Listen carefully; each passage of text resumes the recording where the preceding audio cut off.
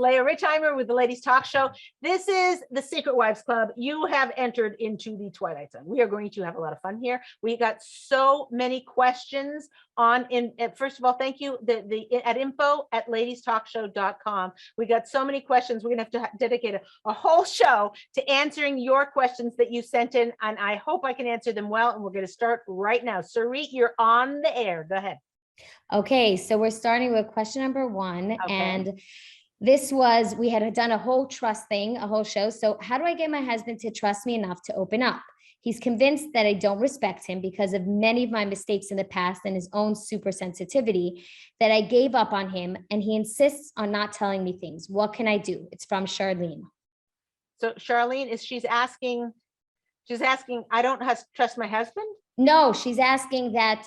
She says her husband doesn't trust, meaning her husband, he's so convinced that she doesn't respect him because of all the things she's done in the past, that he just, at this point, he doesn't trust her enough to open up to her. He doesn't share with her things because he just, okay. All right. So this is called healing, HEALING, healing.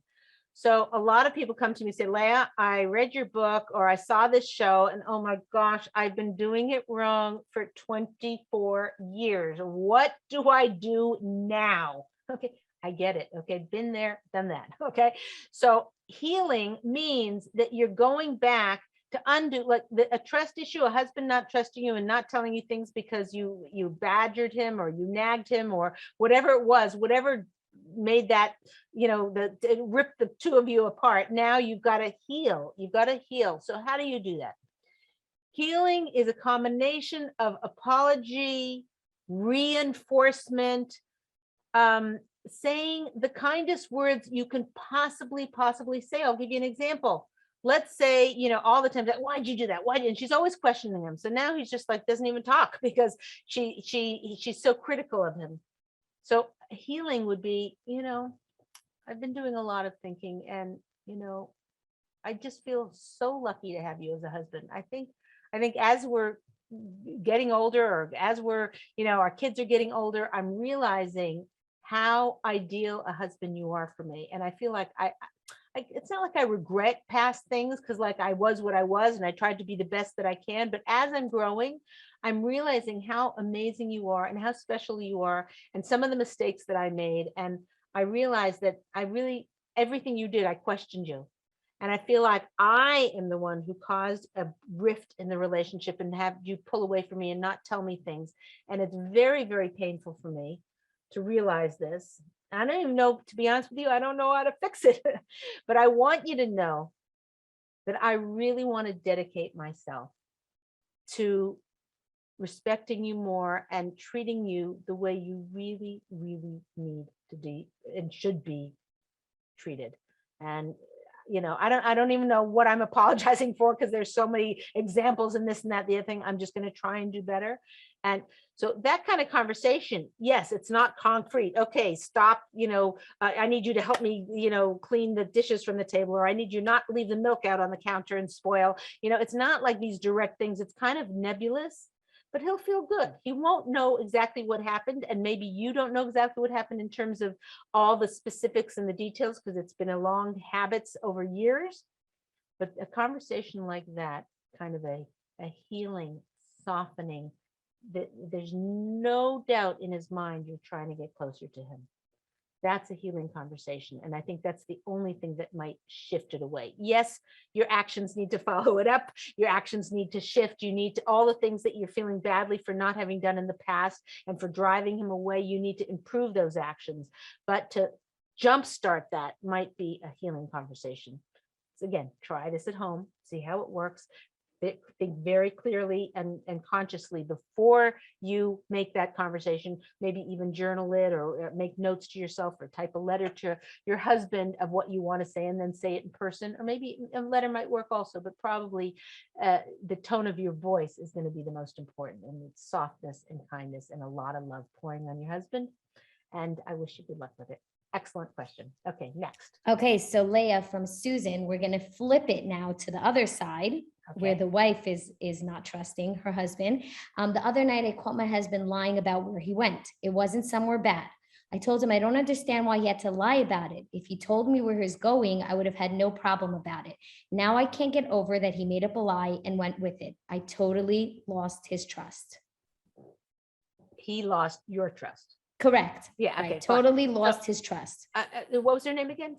Susan. Susan. So the question, Susan, is you started off saying that you didn't understand why he said the other thing.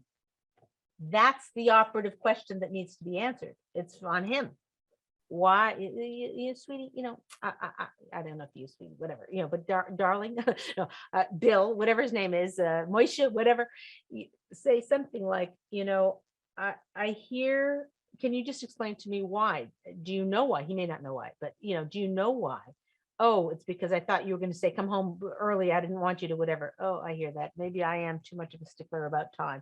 It's not like you're blaming yourself for being victim, but in other words, if he gives you an answer and feels like you're going to chop off his head because he answered you with the truth, that's not going to go very well. Whereas if you make the environment so that he can answer you, that's very, very crucial information. I'd want to know that. Like, why did you think, what could I possibly have done to you to make you feel like you couldn't confide in me, or you couldn't tell me that,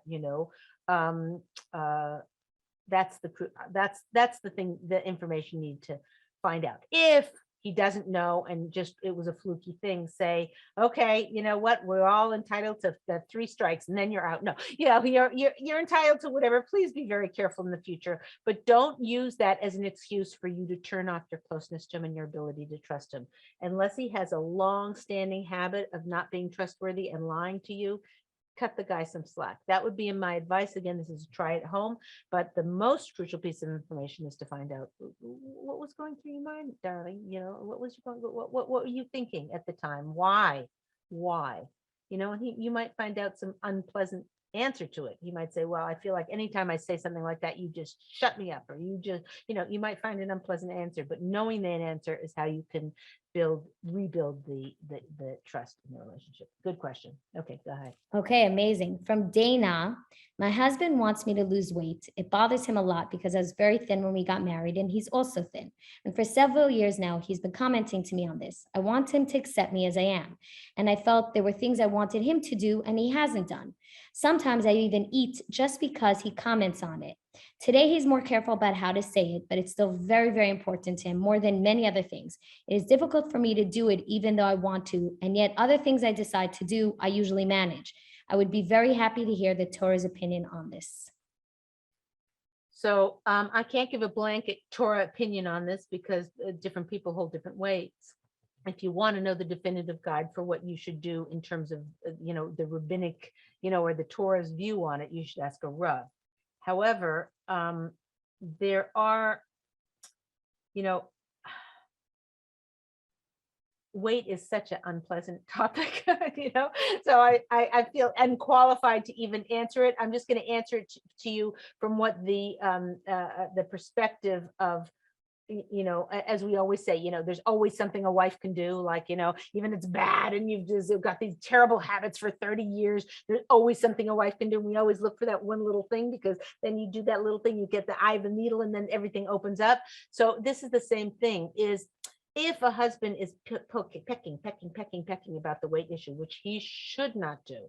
And in fact, if he knew how much, if men knew how much their wives eat because they care about their weight, they would stop doing it, because it's the 100% best way to get a woman to eat more is for a husband to peck on her. So if a man, maybe you couldn't even tell that to your husband, it depends on your relationship with him and your relationship to food and that whole thing, but it's crazy. And same thing with the other way around. A woman's like, it tells their husband, you sure you want that piece of cake? You want to get him to eat his 10 bags of potato chips behind your back? Comment on everything he's putting in his mouth. It backfires. Bad strategy. However, the husband, looking for that one little tiny thing that a wife can do, is it possible that you are pecking at your husband about something that he feels incapable of doing something about? So now he's getting back at you and picking on something that who on the planet Earth, you said, oh, I do a lot of things and I can accomplish them. This I try and I can't accomplish. Welcome to the world. Okay. Welcome to humanity, being a woman, being you've had children or you haven't, whatever, you getting, aging, whatever. It's not an easy thing. And it really is not your husband's business or wife's business in other words, it's not your business what he eats. It's not his business what you eat. Even I tell women, they say, well, my husband likes when I remind him. No. Don't be your husband's police. Don't tell him when to go to chakras. Don't tell him when, what he should do. And, oh, well, your New Year's resolution was to wake up every morning and exercise. Dear, it's day number 1. Where are you? No, you're not your husband's police. Bad idea. He should not be your police. Bad idea. So these conversations need to be off limits. But for introspection for you and what that little thing you can do is look at if there's parts that you're critical about him that he can't do anything about. Maybe that's a retribution. If you stop that, he'd stop pecking with that. So that's first of all. Second of all, having a conversation with him and saying, most women, I feel very disempowered when you're reminding me about it. I just feel badly. And when I feel badly about my weight, I want to eat a bag of chocolate chip cookies, so please, maybe we can think of a way to do this, but I know you're caring about it makes me feel very self-conscious. And, in every conceivable way, it just makes me feel like you don't love me. It makes you feel like you don't care about me. It makes you feel like you might be repulsed by me. It's such there's so many dangerous things, sweetheart. So we just have to figure out a better way to do it. If you want to get me a personal trainer, or you want me to go to Weight Watchers or any of these other programs that are out there, whatever, and you want to help me, support me that way, maybe that's good. But where's the death tape? The more you remind me, the more it's hard for me. So I think it's very, very important for you to express that to your husband, and then to look for ways you might be insulting him or criticizing him that he's getting you back at. That's the only thing I can think of at this point. It's a very, very complicated issue. If this is a whole drama and there's childhood history and trauma and drama and everything about it, it could require therapy for you to just, clear your head and go forward with your eating habits. But it's a complicated issue. That was standing on one foot. But the most important thing is to be able to communicate with him so he doesn't continue to hurt you. Okay. Yeah. So Leah, actually, because we have this phenomenal new coaching certification program that you started, which is beyond, I take it, and I'm very excited. And it's such a phenomenal program, which we can plug in later so people have information if they want to become coaches. Well, it's Coach at Ladies Talk Show. Coach at Ladies Oh, amazing. So that's where they go to, if they want to be a coach, to sign up for the next I didn't put her up to this little plug. Yeah, no, because because it was perfect. It was a perfect tie-in, only because in one of the coaching role-playing sessions which we were doing, this similar question came up, and one of the coaches from her own experience had suggested for the woman, until she is able to have the talk or whatever else other parts she can figure out and introspect, that she should make it a point to dress beautifully and get, not just have her husband come home to her in like a robe and a student on her, that the more she's takes care to put herself together, even if she's heavier than she's ever was. So many times heavier people, when we get heavier, we start becoming a little, like messy in the way we look. So she was like suggesting if she puts on, her being more looking more attractive to her husband will also make her be more inclined to maybe want to try to motivate her, and also make her husband maybe not focus on it as much. So I thought, thank you for sharing that. The coaches came up with that. It's definitely true. But it is a complicated issue. So people should realize that it's not such a simple stand on one foot thing. And communication is number one. But I'm glad you brought that up. Maybe people who know me a long time know there's a little slight hesitation because the part about having to look a certain way or look, there is an Indian that a Jewish woman, should try and look her best. People get all guessed up to go for everybody else, and then their husband comes home and they're like, whatever, been there, done that, and the kids or whatever. And you just even get I tried to get dressed. I really did try to get dressed today. Okay, we've been there. Okay, so but there's also this whole thing of a drive to I can't explain it. There's a drive to, or this pressure to look a certain way and to feel and whatever. And sometimes, we got people who have 5 kids under 5. You know what I'm saying? And you have to cut yourself a lot of slack. And again, the communication is going to solve that. So don't beat yourself up. We got enough of that pressure from the outside Geisha Welt. You know what I'm saying? Like you should look this way, this or whatever. And there's perfectionist tendencies and anorexia and all kinds of crazy things. We don't even want to go there. So a person has to have an understanding that God loves you as you are. And yes, you should try for health reasons and for look reasons and attraction issues and whatever. You should try and work on it, but don't make yourself crazy. The most important thing, you can have bonds. And I know a lot of people who are overweight and have amazing relationships with their spouse. So it's again, a lot of compliments of your husband and appreciation of your husband and love to your husband will help him not pick at you as much. That's probably the first advice. So anyway, great. Thank you for amazing. Okay, so now Rebecca says, why wasn't men watching movies or reading the newspaper where immodest women are shown discussed as a boundary issue? Honestly, if I knew my husband was looking at movies or reading ads with inappropriately dressed women, I would feel violated and cheated on. Why is he looking at other women? In many circles, this is accepted. Like I said, boundaries have been laid to rest. Can you elaborate, please? What's the Torah concept behind this? So she's talking about a man guarding his eyes. Correct. A man not reading things or looking at things that are inappropriate. She feels like women don't. So why is it okay for a man? And if my husband does it, what do I do about it? Yeah. So it is definitely the Jewish concept is that a man should guard his eyes and he shouldn't be looking at movies with women not clad properly and not sneeze, not modestly dressed or not acting modestly. That's accurate. For a woman to put her foot down and it's first of all going to backfire, but also it's kind of like, oh yeah, we take that texture. It's kind of okay. You know what I'm saying? Like, why is she focusing on that one thing when they're much lax about other things? It's not really a woman's job to sit there and poke at what he should and shouldn't be doing in various things. Now, if she happens to be the kind of person who's jealous or not even jealous, we're not meant to be jealous, but I'm saying, in other words, bothered. Like, in other words, if it like one of her top 10 things that makes her crazy is when her husband's watching a video with a thing and he doesn't avert his eyes, not that he should be watching in the first place, but it's putting a stumbling block in front of a blind person, but he doesn't, and it really bothers her. Then she can have a conversation with him about it, being fully well prepared that if she does this to him, he can also come to her and say, can you cut your sheitel by 4 inches, or whatever, so it's kind of like there's things that are in his domain and there are things that are in your domain. And this kind of falls in that territory that it's his responsibility. But the wife has a obligation as his Ezer Kenegdo, as his helpmate opposite him, to say, to know her husband and to bring it over and tell it to him in a way that he can hear it. So if you say, why are you looking at that thing? Don't you realize, how would you feel if the rabbi was watching you watch that, or whatever, but going to go backfire. Okay.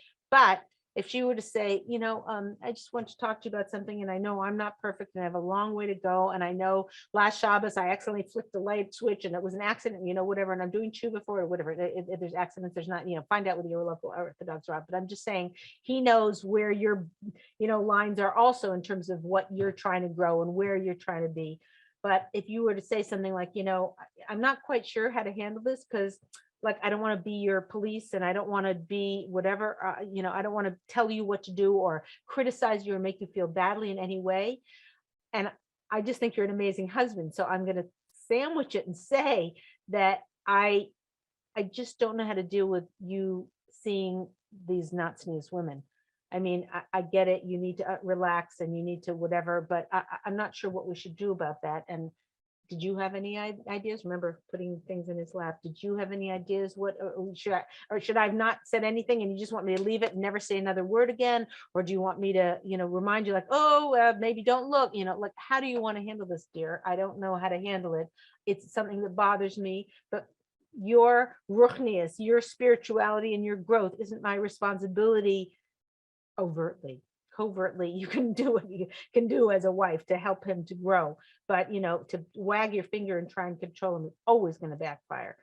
So you could have a soft conversation like that if you think it's going to be effective. If you know for sure it's not going to be effective, there is a Jewish wisdom says, do not bring something up, do not give somebody tachacha, which is rebuke, unless they can hear it. So you're not obligated to tell him if you're obligated not to tell him if you know that he's not going to listen to you anyway.